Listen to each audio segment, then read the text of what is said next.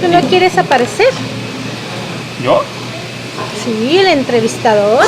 Ah, pues dijo la profesora que no, que estoy muy feo. Que estás muy feo. Los entrevistadores no, profe, si enoja si lo subo a YouTube. No. Bueno. Si cobro regalías no se lo voy a dar, Ah, no, ahí sí me enojo para que me toca parte de la mordida, Ah, bueno, no parte. Ok, vamos a empezar, para no comerme tanto su tiempo. Va.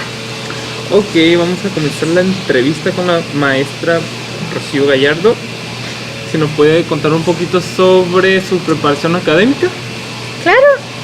Pues mira, yo soy egresada de la Facultad de Medicina y Psicología de la UABC, de la carrera de Psicología, y tengo una maestría en Sexología Educativa, egresada de Espacio, que es un centro de Psicología y Sexología Integrativa. Okay. El tema en sí en general es sobre las expresiones comportamentales de la sexualidad o parafilias conocidas anteriormente.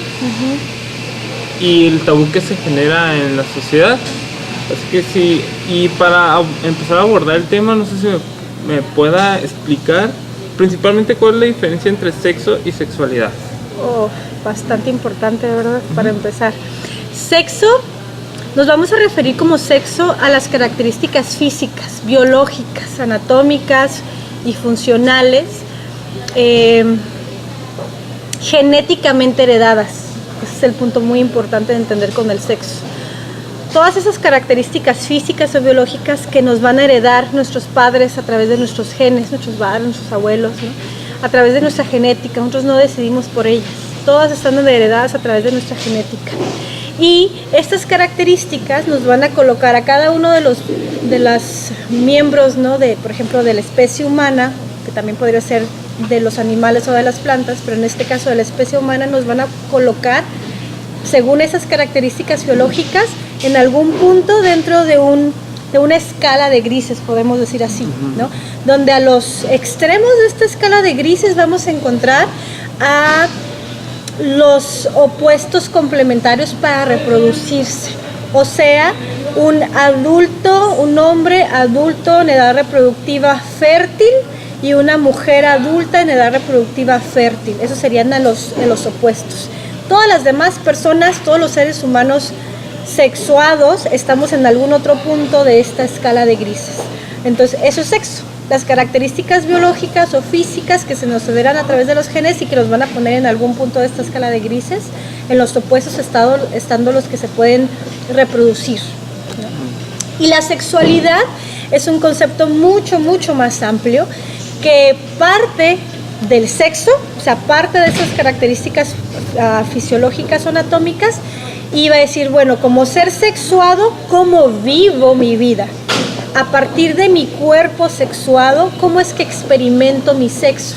Y ahí ya entra a características psicológicas, características emocionales, características económicas, sociales, culturales, familiares. Entonces, amplía mi forma de vivirme como ser sexuado.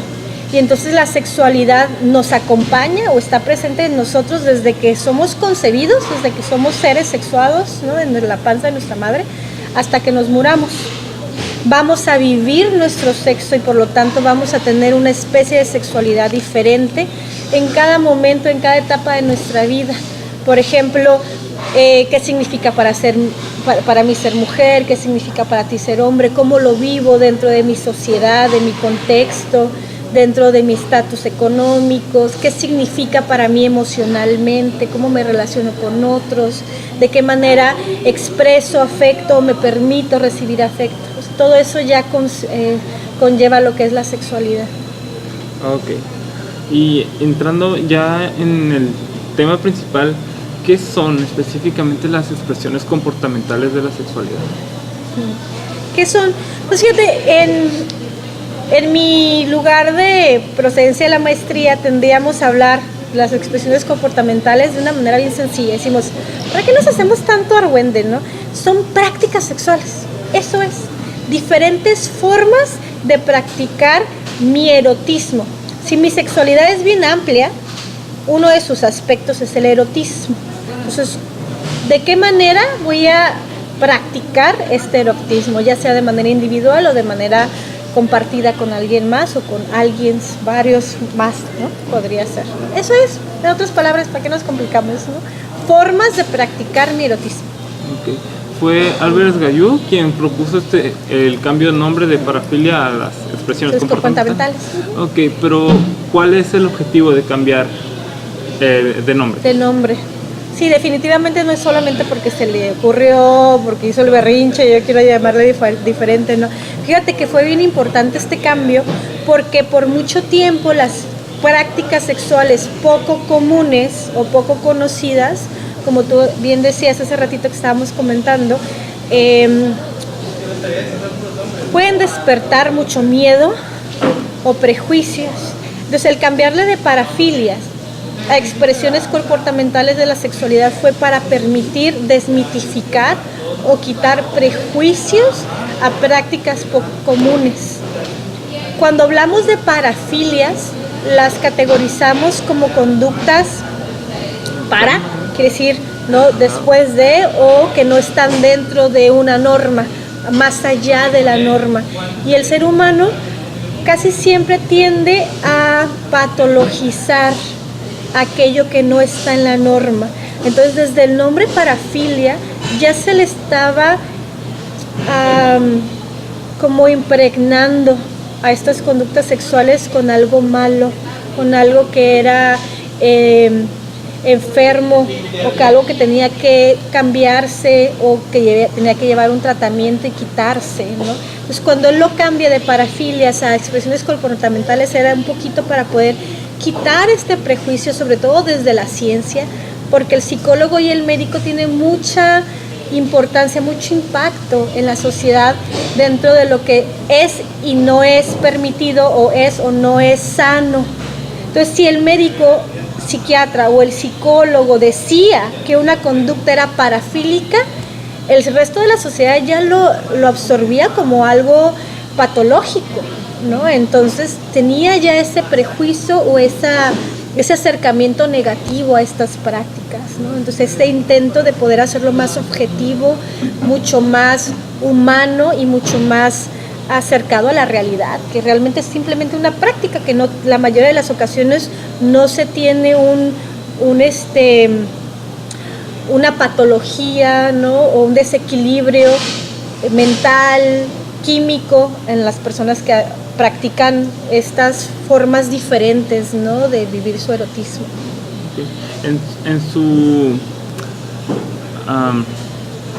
En su práctica profesional, ¿le ha tocado atender a algún paciente o cliente que tenga alguna dificultad en su vida cotidiana por algún motivo similar a alguna expresión comportamental o parafilia en este caso? Fíjate, bueno, una práctica sexual o una expresión comportamental.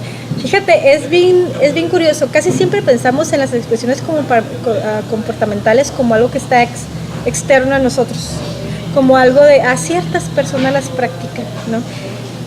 Cuando cambias expresiones comportamentales te das cuenta que son prácticas bien comunes.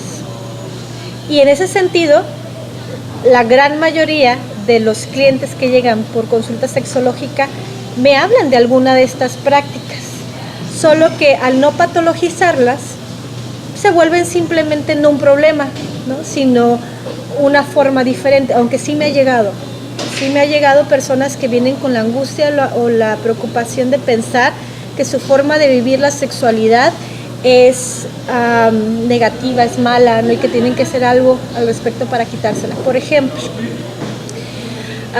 podríamos decir que una práctica sexual, no una expresión comportamental, sería el voyerismo, ¿no?, que es este gusto por ver, observar a alguien que está teniendo una práctica sexual o que está teniendo un contacto erótico, ¿no?, y excitarse a través de este ver, ¿no? Ese sería el voyerismo. Pero realmente a la gran mayoría de las personas nos gusta ver, por una parte, por ejemplo, películas eróticas, no necesariamente pornográficas, pero casi en todas ya las películas vienen de algún momento erótico y a lo mejor no lo interpretamos como tal, pero en el momento que está pasando esta escena erótica en la película, nos gusta, ¿no? Inclusive nos puede llegar a excitar, aunque no lo expresamos como tal. Hay otras personas que usan la pornografía de manera constante desde que son adolescentes, por ejemplo, y que gustan de compartirlas inclusive con sus parejas. Pero lo podemos llevar a incluso a un grado todavía más fuerte. Cuando estás en un momento erótico compartido, por ejemplo, con una persona, el gusto de ver la cara de placer en el otro, ese podría considerarse también como voyerismo.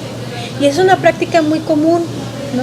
El hecho de que me excite o aumente mi placer al ver a la otra persona que está conmigo sus expresiones de placer, ¿no? Me gusta, me excita ver tu cara de placer, ¿no? Y eso sería una especie de voyerismo. O que podría ser otra, ¿no? El exhibicionismo, ¿no? Que también hablamos, ¿no? No necesariamente se trata del señor que trae la gabardina, como lo pintaban, ¿no? Desnudo con su gabardina y que se expone, ¿no? En la calle. No necesariamente. Pero también podría ser este gusto de que me vean, ¿no? Por ejemplo, el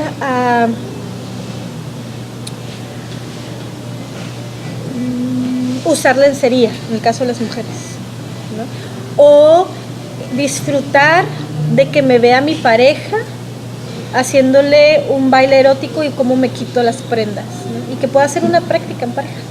Y no solamente la práctica de la danza, sino ahí el exhibicionismo será disfruto que mi pareja me vea cómo traigo una lencería o cómo me la puedo ir quitando, o que me vea desnuda, o que me vea a mí desnuda en caso de ser un hombre. Esa sería una parte de exhibicionismo también. O las personas que les guste grabarse un video, ¿no? Que a lo mejor no lo van a subir al internet, ni lo van a utilizar como, no sé, ¿no? de venta, ¿no? Para su economía, ¿no? Pero, no, simplemente porque me gusta compartirlo, ¿no? Con mi pareja, ¿no? Y es una especie de exhibicionismo. Entonces, si le quitamos el prejuicio a esas expresiones comportamentales, la mayoría de las personas las vivimos. Ahora, a veces ha sido tanto el tabú que puede llegar a hacer que unas personas los vean como mal en su vida, que se sientan culpables o avergonzados o avergonzadas de tener esta forma de vivencia de la sexualidad. Y sí me ha llegado, en alguna ocasión me tocó atender a una persona que le gustaba, por ejemplo, mucho eso que te digo, ¿no? De ver a la persona en su placer. Me lo compartía con su pareja, pero esta persona era un hombre de más de 30 años, compartía conmigo, ¿no? Que él se sentía como mal porque sentía que era incómodo para la otra persona, aunque lo hacían en común de acuerdo, pero sentía que su sexualidad era demasiada. Entonces, es que a lo mejor soy como adicto al sexo, me dice, porque me gusta mucho ver a las personas cuando están teniendo un momento de placer, me gusta ver mucho a mi pareja, me gusta ver pornografía. O sea, eso no me deja que el ver pornografía no me quita de tener relaciones con mi pareja, pero me gusta mucho verlo. Y llegaba angustiado, ¿no? Entonces sí puede llegar. Entonces el hecho de aclararles, ¿no? Que simplemente hay diferentes formas, que cada persona puede vivir diferente su sexualidad, con ciertas características y ciertas requisitos importantes, pero puede llegar a ser incluso sano. Ya no digo normal, porque a lo mejor se sale de la norma, ¿no? Pero sí puede ser sano si no te causan un malestar, si no estás causando una agresión a ti mismo o a otra persona, si no es ilegal o si no lo estás haciendo con personas que no pueden consensuar, ¿no? Si no cae dentro de esas características, entonces podría ser una práctica sana. ¿En qué momento deja de ser una práctica saludable? ¿En qué momento? Pues una de esas, ¿no? Que tú no lo estés consensuando, que no lo estés permitiendo, que se esté obligando o que te sientas presionado o presionada. Que lo otro sería que lo hagas para someter, controlar o ejercer poder sobre otro, ¿no? Que no puede consensuar, ya sea niño o persona que no tiene una capacidad mental para consensuar, menor, o en otras características. O lo otro es que sea ilegal, que dentro del país o dentro del contexto social me vaya a meter en un problema legal. Eso también sería no sano, porque me afecta en mi libertad. O que se vuelva una forma exclusiva, que ya no pueda concebir placer de otra forma más que de esta exclusivamente. Y entonces sí podríamos hablar que podría estar rayando de lo no sano. Es precisamente este nivel exclusivo el que precisamente Albert Gallú lo propone en su expresiograma. ¿Nos puede platicar un poquito más sobre este mismo del expresiograma? Sí, Álvarez Gallú habla de que todas las personas tenemos expresiones comportamentales de la sexualidad, practicamos esto, ¿no? Y él pone en su escala, ¿no?, de medir las prácticas sexuales en un nivel no erótico, ausente, no erótico y erótico. En el ausente, pues simplemente yo no practico esa forma de vivir mi sexualidad. En el nivel no erótico puede ser, por ejemplo, muy común, la zoofilia. La zoofilia es este amor o este gusto por los animales, ¿no? Yo puedo tener esta práctica sexual en el sentido de que, hablamos, acuérdate, la sexualidad como un concepto amplio, ¿no? Que no solamente es erótico, el erótico está implícito, pero no es único. Entonces yo puedo tener gusto por los animales, a lo mejor en mi manera de vivirme como ser sexuado, como mujer, dentro de una sociedad. Yo soy fanática de los gatos, me encantan los gatos, yo me relaciono mucho con los gatos, es más, mi vida está llena de gatos. No los utilizo para tener encuentros eróticos, pero me gustan. Entonces él habla de, hay un grado, yo puedo tener una zoofilia no erótica, o sea, un gusto por los animales, por los gatos en este caso, ¿no? Ahora, si ya empieza el siguiente nivel, después de la erótica, de la no erótica, sería la fantasiosa. A lo mejor yo puedo fantasear o puedo ver pornografía o anime, más bien, porque si no la pornografía sería con un animal de veras, pero un anime, algo que es fantasioso, es irreal, con personas que pueden tener partes animales, ¿no? Como por ejemplo, personas que tienen orejas o cola o un aspecto fantasioso animal. Y se podría hacer una zoofilia a nivel fantasioso. Me puede gustar, inclusive puede despertarme placer sexual, pero es nada más fantasioso, no lo llevo a la práctica. Siguiente nivel sería el erótico, pero ya práctico. Y puede ser que me guste, pero, o sea, sí erótico, que sí me lo utilice para un placer erótico sexual, pero si no lo tengo no hay ningún problema. O sea, si está presente, suave. Si no está presente, busco otras formas, ¿no? El siguiente nivel erótico sería lo prefiero. Si tú me pones a escoger, voy a preferir esta forma de práctica, ¿no? Ahora estamos hablando del ejemplo de la zoofilia. Y el siguiente sería el exclusivo. Ya no solamente me gusta o lo prefiero, sino lo necesito para tener placer sexual. Y dentro de esta gráfica podemos poner todas las prácticas sexuales o todas las expresiones sexuales, ¿no? Por ejemplo, hablábamos del exhibicionismo. En un nivel no erótico, podría ser las personas que les gusta estar enfrente de los grupos, ¿no? Que son conferencistas, que hablan en conferencias, en la televisión, en el radio, ¿no? Me exhibo, me gusta exhibirme, no eróticamente, pero me gusta exhibir. Eso sería una expresión comportamental a nivel no erótico. Si es a nivel fantasioso, el exhibicionismo, a lo mejor sueño o veo películas y me hago imágenes de mí estando enfrente de un grupo, de que alguien me vea desnudo o que alguien me vea teniendo un acto erótico, pero nunca me atrevo a llevarlo a la práctica, solamente es en mi pensamiento, en mi imaginación o en mi fantasía. El siguiente nivel sería, me gusta exhibirme, si se da, qué bien, ¿no? A lo mejor de repente se me olvidó cerrar las cortinas, ¿no? Y no me di cuenta, se dio, órale, qué chido, pasó como algo así como una emoción de la adrenalina, de que a lo mejor me pudieron haber visto mis vecinos, aunque no lo provoqué, ¿sí me explico? Pero pues de pensar que fue una posibilidad me emocionó. Siguiente nivel sería, lo prefiero, Busco ponerme en situaciones en las que yo voy a ser vista. Busco que a lo mejor mi pareja me vea desnuda.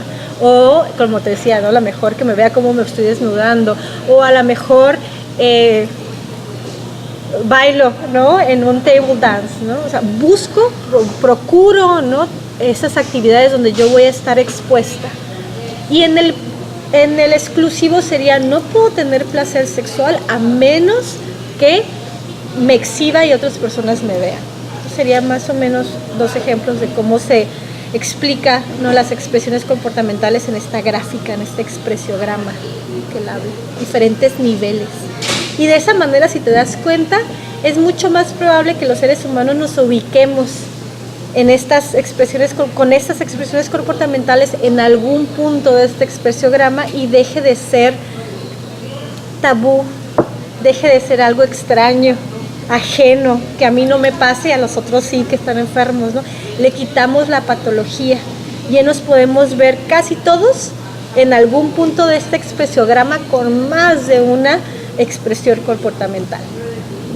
Entonces, como me decía, según Albert Gallú, todos tenemos alguna expresión comportamental. En algún nivel. En algún nivel. Pero es posible que todos sin excepción tengan alguna en un nivel erótico.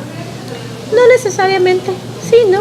Porque si no estaríamos hablando de que las personas que se consideran a sí mismos asexuales no existirían. Entonces sí habrá personas que tienen expresiones comportamentales en un nivel no erótico.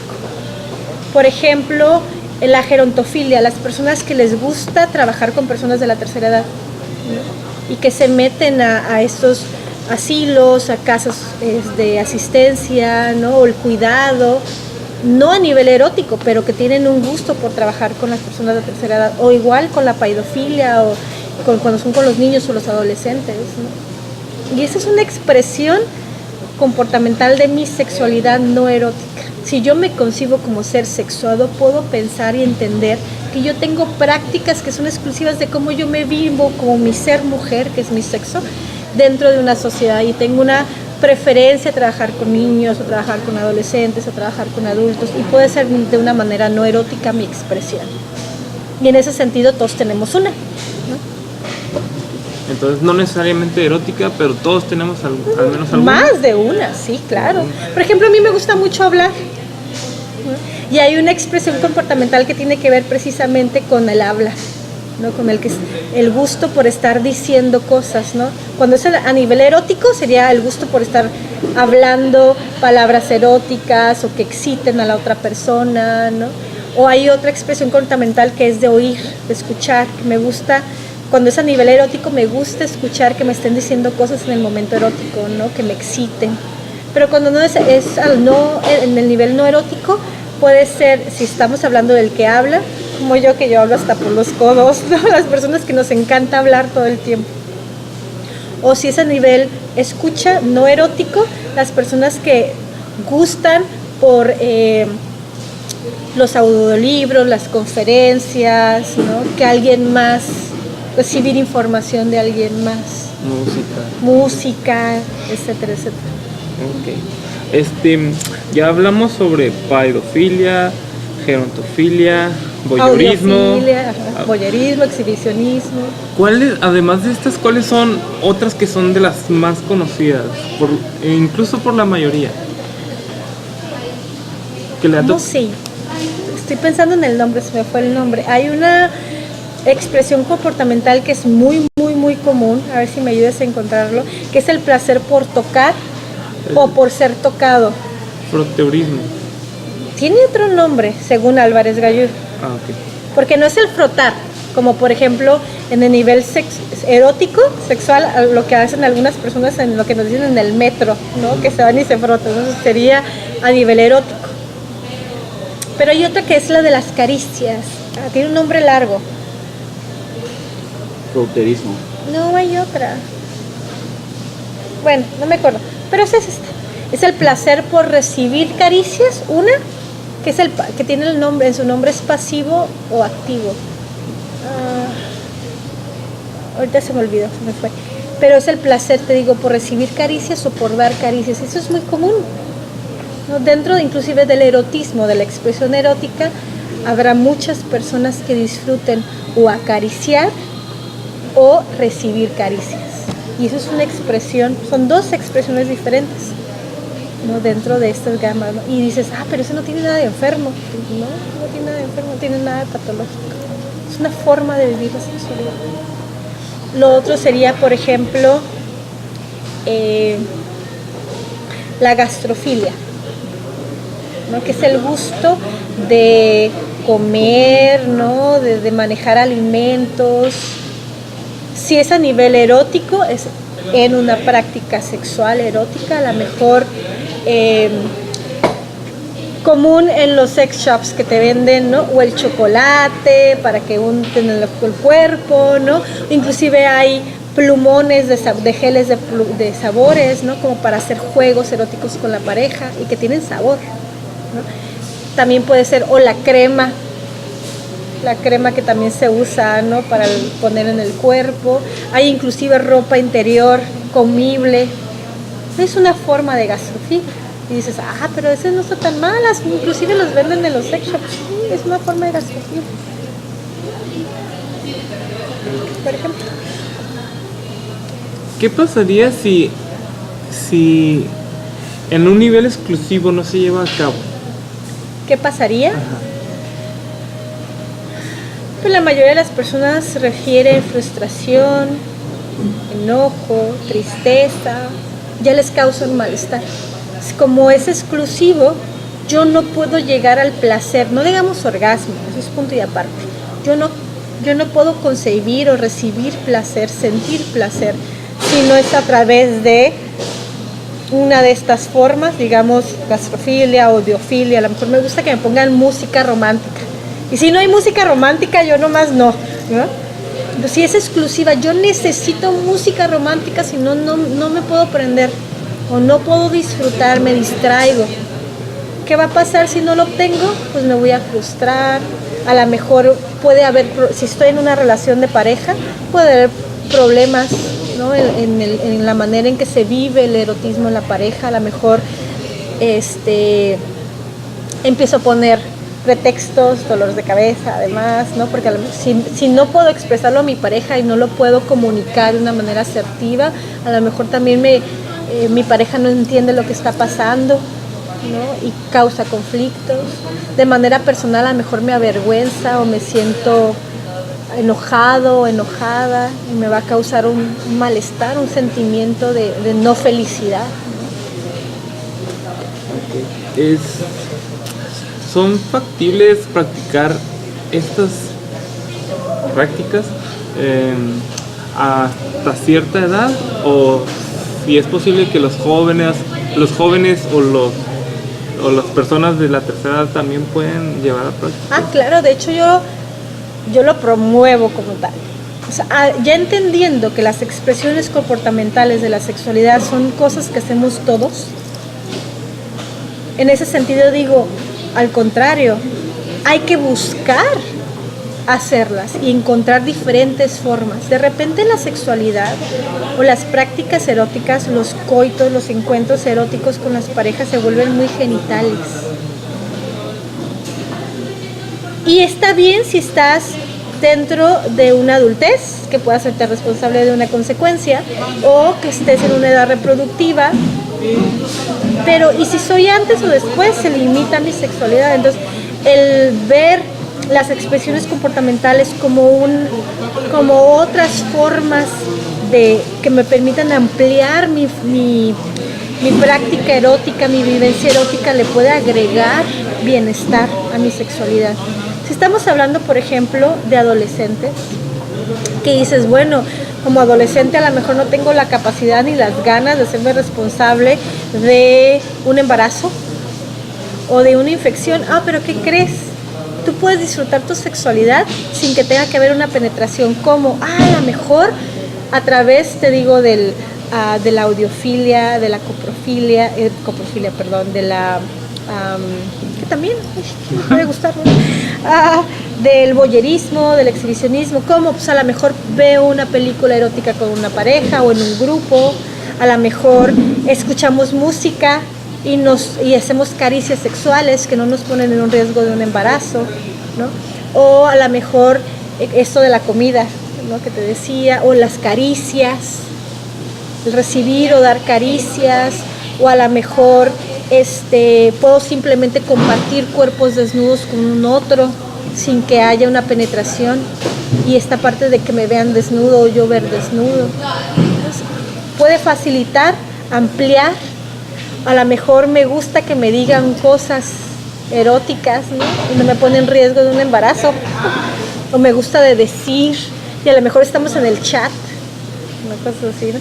En la tercera edad, precisamente, como la sexualidad tiene que cambiar porque el cuerpo cambia, tiene que ampliarse, ya no puedes, nunca debe de ser centrada en los genitales, pero sobre todo en la etapa de la tercera edad, porque obviamente se dificulta la penetración, porque los cuerpos cambian, hay menos lubricación, hay menos capacidad del cuerpo, en el caso de los hombres, de poder llevar sangre al pene y que haya una erección, o que se mantenga, o que sea suficientemente dura, ¿no? Por ejemplo. Entonces puedo verme limitado en mi erotismo si no me permito ampliar mi práctica erótica con otras expresiones de la sexualidad que pueden suplir la penetración o pueden permitirme llegar a placer, a orgasmo inclusive, a compartir un momento de satisfacción conmigo mismo, con alguien más, sin que necesite de la penetración, por ejemplo. Pero sí, claro, ojalá las utilicen no solamente en las personas adultas en edad reproductiva que tienen, no sé, un cuerpo sano, sino que sea también en el adolescente, porque es importante que el adolescente también tenga una vivencia erótica que no lo ponga en riesgo. Y también en la tercera edad, que puedan reconocer que siguen siendo cuerpos sexuados, siguen siendo cuerpos sintientes, y que también tienen derecho a vivir la sexualidad, y que por el hecho de que su penetración se vea limitada, no quiere decir que ya no tengan derecho a una vivencia erótica. Pueden experimentar con todas esas otras formas, ¿no? ¿Estas prácticas son aprendidas o son genéticas? No, son aprendidas. Sí. Lo que tenemos genético es solamente nuestro sexo, ¿no? De ahí en fuera, lo que mi sociedad me permite conocer y por lo tanto aprender va a verse determinado por el tiempo y por el contexto donde estoy, ¿no? Entonces, sí, definitivamente, hablemos de nuestros abuelos, ¿no? Para ellos no existían como tal las expresiones comportamentales de la sexualidad. Había personas que las practicaban muy así como en lo escondido, ¿no? Pero no eran conocidas por la gran mayoría, y por lo tanto habría muchas personas que vivían toda su vida sin otra práctica erótica que no fuera la penetración tradicional. Entonces sí dependen de tiempo y de lugar. Entonces sí son constructos sociales. Lo que es biológico es el sexo, y con el sexo la reproducción, la necesidad de reproducir la especie, y con esto, con la necesidad de reproducir la especie, viene un bienestar a través de las prácticas de mi erotismo, ya sea en individual o en compartido. Pero el hecho de ampliarlo en diferentes posibilidades y a diferentes niveles, erótico, no erótico, eso ya es social. Eso sí ya es aprendido. Y se va extendiendo a medida que la misma sociedad se va permitiendo aceptarlo y ampliarlo. ¿Tienen estas prácticas algún tipo de impacto, ya sea negativo o positivo, en la educación? Pues de que tienen un impacto. Va a ser negativo o positivo dependiendo de los introyectos y de los paradigmas de la persona que lo recibe.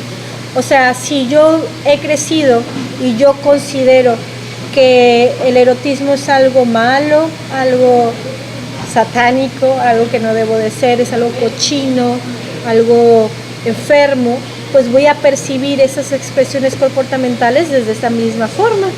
Pero si yo me he permitido concebir la sexualidad y el erotismo como algo no solamente bueno, sino saludable, algo que me va a permitir inclusive aumentar mi capacidad de bienestar, a lo mejor podría ser que me puedo ampliar ampliar mi visión, en ver estas expresiones comportamentales o prácticas como algo bueno.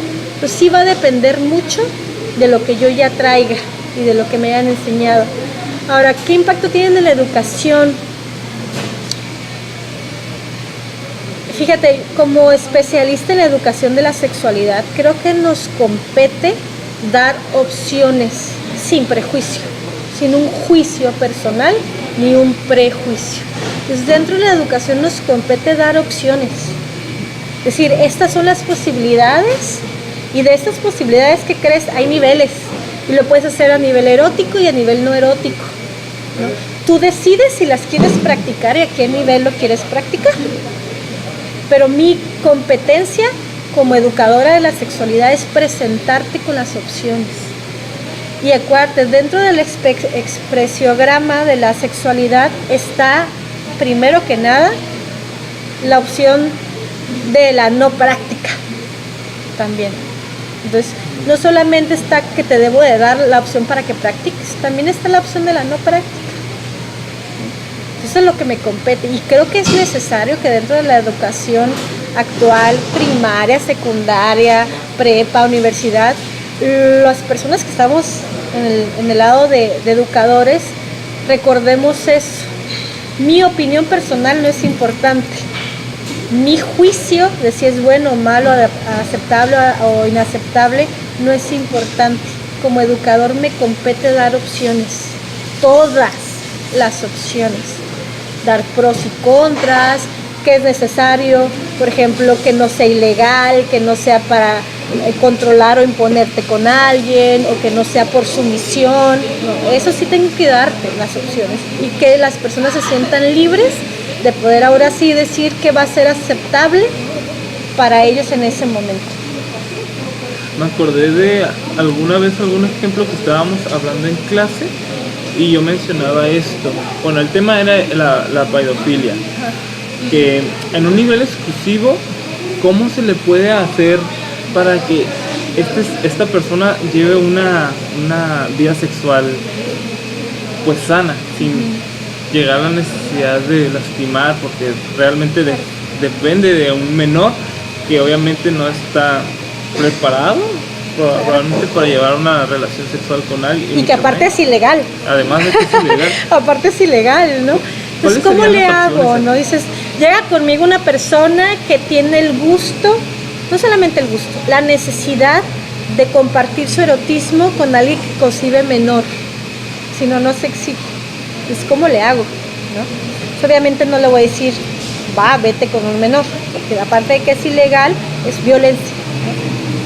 Decía, afortunadamente nuestra mente es genial, y hay otras opciones. Por ejemplo, se da mucho con las personas asiáticas que son adultas, mayores de edad, que pueden consensuar, pueden dar su autorización, pero que parecieran más jóvenes. Pasa constantemente en el anime, o en el caso del erotismo, en el hentai. Casi siempre vas a ver a personas que parecieran adolescentes. No solamente a nivel fantasioso les puedes dar esa opción. Oye, mira el hentai, las películas, ¿no? Para que puedas expresar esta forma, ¿no? de práctica sexual sin que te metas en problemas ni que lastimes a alguien más. Sino también están, ¿por qué no ir a tener una práctica erótica con una persona que tenga físicamente estas características, que aparentara menos edad, aunque es una persona adulta? Podría ser una opción. Y no solamente es tener una relación amorosa, romántica con alguien, o como que tengas esa preferencia para que puedas tener relaciones sexuales con ella, sino que también tendríamos que quitarnos el prejuicio, ¿no? de las personas que profesionalmente brindan servicios eróticos y que te pueden armar una fantasía así. Sí, menciono precisamente esta por el nivel de impacto, tabú, de prejuicio que tiene esta práctica. Sin embargo, no es la única, hay muchas. ¿Cuáles serían las que realmente tienen este impacto negativo, además de la pedofilia? De la pedofilia, pues la gerontofilia, que es con personas de la tercera edad, la zoofilia, que es con animales, ¿cuál tiene otra? Un impacto muy de lo que mencionabas ahorita, pues error, la coprofilia. La coprofilia, es cierto, la coprofilia. Bueno, que se te podría dar un daño a tu salud, ¿no? O ¿qué más? A lo mejor el exhibicionismo. Que bueno, para eso ya ahora tenemos playas nudistas, centros, ¿no? Como de bienestar, de masaje, bla, bla, bla, donde las personas pueden estar desnudas, por ejemplo, ¿no? En el caso de no tener la necesidad del exhibicionismo. Y que ya es legal y que no necesariamente te pones en un riesgo, ¿no? O pones en una situación incómoda a alguien más que no tiene por qué verte desnudo si no quiere, ¿no? Que también es su derecho. El sadomasoquismo, aunque ahorita con las agrupaciones de BDSM, ¿no? Que se están dando a conocer mucho más, creo que empieza a abrirse la sociedad, ¿no? A visualizar esas prácticas como no tan alejadas. Una de las cosas que creo que hizo un par de aguas en nuestra sociedad actual, Tijuana, y bueno, en otras ciudades también de México y Estados Unidos, fue la película de 50 sombras de Grey, ¿no? Si antes veíamos el BDSM o el sadomasoquismo como algo malísimo, ¿no? Del diablo, yo no sé, de personas enfermas, nos presentan una película con una persona guapa, joven, exitosa, adinerada, ¿no? Y nos habla de prácticas de sadomasoquismo y ya lo vemos, pues ya no están tan mal. Y veíamos, por ejemplo, las salas de cine llenas de mujeres, ¿no? Queriendo ver, o personas que leyeron el libro. Yo puedo decir inclusive, por ejemplo, mi mamá, como leyó el libro de 50 sombras de Grey, ¿no? Y antes ni cómo pensar que una persona de más de 50 años pudiera permitirse acercarse a una práctica sadomasoquista, como lo hizo a través del libro de 50 sombras de Grey. Okay. Entonces generó mucho impacto esa película. Yo no la vi. Sí, claro, tendríamos que aclarar que está muy lejos de lo que realmente los grupos de BDSM consideran debe hacerse o es importante hacerse, ¿no? El BDSM no es como nos lo pintan en 50 sombras de Grey. Sin embargo, abrió la posibilidad que sociedad en general, ¿no?, se acercara a estas prácticas con otra forma de verlo, ya no tan negativo. ¿Cuáles son las consecuencias de llevar alguna de estas prácticas al extremo? ¿Cuáles serían esas? ¿Al extremo? ¿Te refieres al sadomasoquismo? Pues de todas las prácticas en sí, o sea, ¿cuáles son las consecuencias en general? Por ejemplo, si obviamente te metes con algún menor, consecuencias o que cárcel, que familiares sean cargo de ti o de tu vida, incluso infecciones, ¿no? Como claro, en el caso de la coprofilia. Claro. Y en la muerte, o sea, lo más el límite más grande sería la muerte, ¿no? Okay. Profesora, de la última, ¿cree que sea posible eliminar totalmente el tabú a un nivel amplio como en una ciudad, en un país? ¿Cree que sea posible? Totalmente no.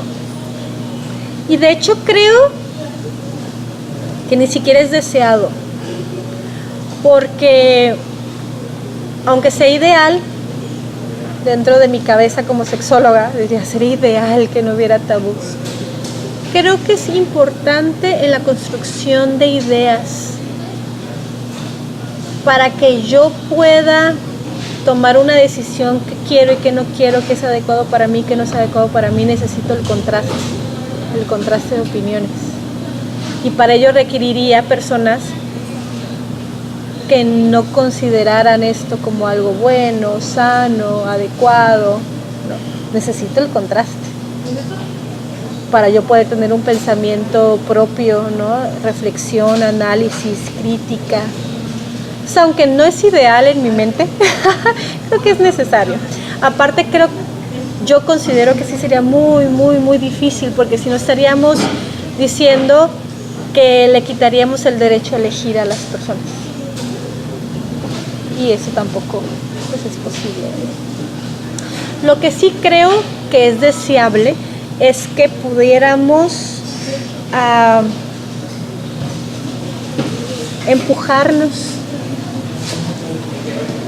a aceptar otras verdades que no son las mías, otras posibilidades que no son las con las que yo estoy de acuerdo, ¿no? Como abrir mi mente, no para aceptarlas necesariamente, simplemente para concebir que existen. Y darle el derecho a las personas que puedan vivir como deseen vivirlo, sin un juicio de mi parte, sin querer que los demás vivan de acuerdo a mis propios parámetros. Eso creo que sí sería deseable, que cada vez nos pudiéramos abrir más a esto. ¿Cómo podemos trabajar un tabú de este tipo? ¿Cómo lo podemos? Hablándolo. Los tabús son tabús porque se mantienen en la oscuridad, en lo oculto, ¿no? En lo no dicho. Se rompen los tabús cuando se hablan al respecto. Y en ese sentido, esta entrevista ayuda, ¿no? A que se puedan ir aclarando, ¿no? Exponiendo y por lo tanto desintegrando estos tabús. ¿Algo más que quieras agregar, más? Algo más, pues, ¿no? Solamente que nos pongamos a pensar qué cosas hacemos, ¿no? En las prácticas eróticas individuales y compartidas que a lo mejor no hemos considerado como una expresión de la sexualidad y que a lo mejor lo es, ¿no? Y de esa manera nos podemos dar cuenta que todos caemos dentro de este expresiograma, ¿no? Las expresiones comportamentales no están allá afuera, no están en el otro, no están en los enfermos psiquiátricos, como lo pudieran decir algunos, ¿no?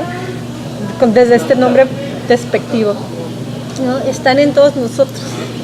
Somos parte de esas expresiones comportamentales de la sexualidad, estas prácticas sexuales, estas prácticas eróticas. Solo eso. Hay que incrementar, no más, saber investigar qué más podemos añadirle a nuestra vivencia erótica que nos puede mantener en bienestar, en salud, en placer, en sensualidad. Nada más. Gracias, maestra. De nada.